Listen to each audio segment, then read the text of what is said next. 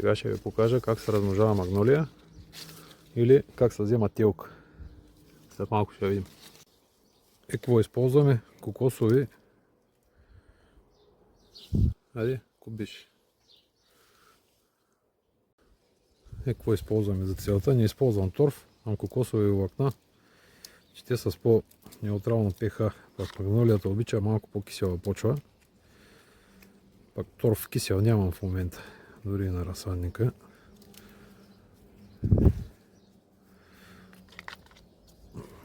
По-малките ги използвам за по-малки клони. А тук сложих едно от по-големите, защото клона е доста дълъг нагоре. Сега ще сложим от по-малките. Сега се избираме някой по-млада издънка от миналата година.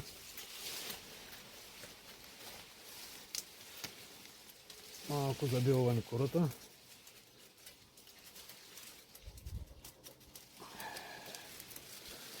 И штракваме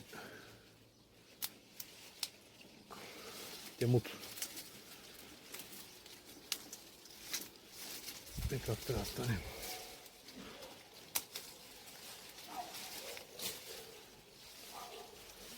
Сега вече заредихме клончетата. Има и на още места много неудобно за снимане.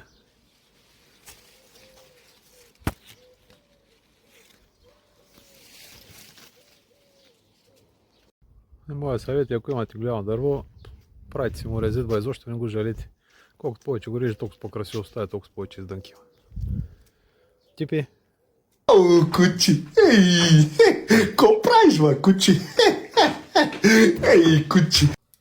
Сега ще направим малко резници. Пак в същия субстрат. Оставяме горните листенца, защото трябва да се абсорбира от някъде въздушната влага, която ще я правим с полинизатора.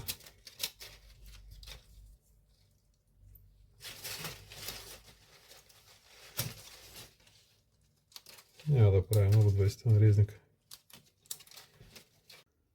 Сложих стреч фолио да не излиза влагата.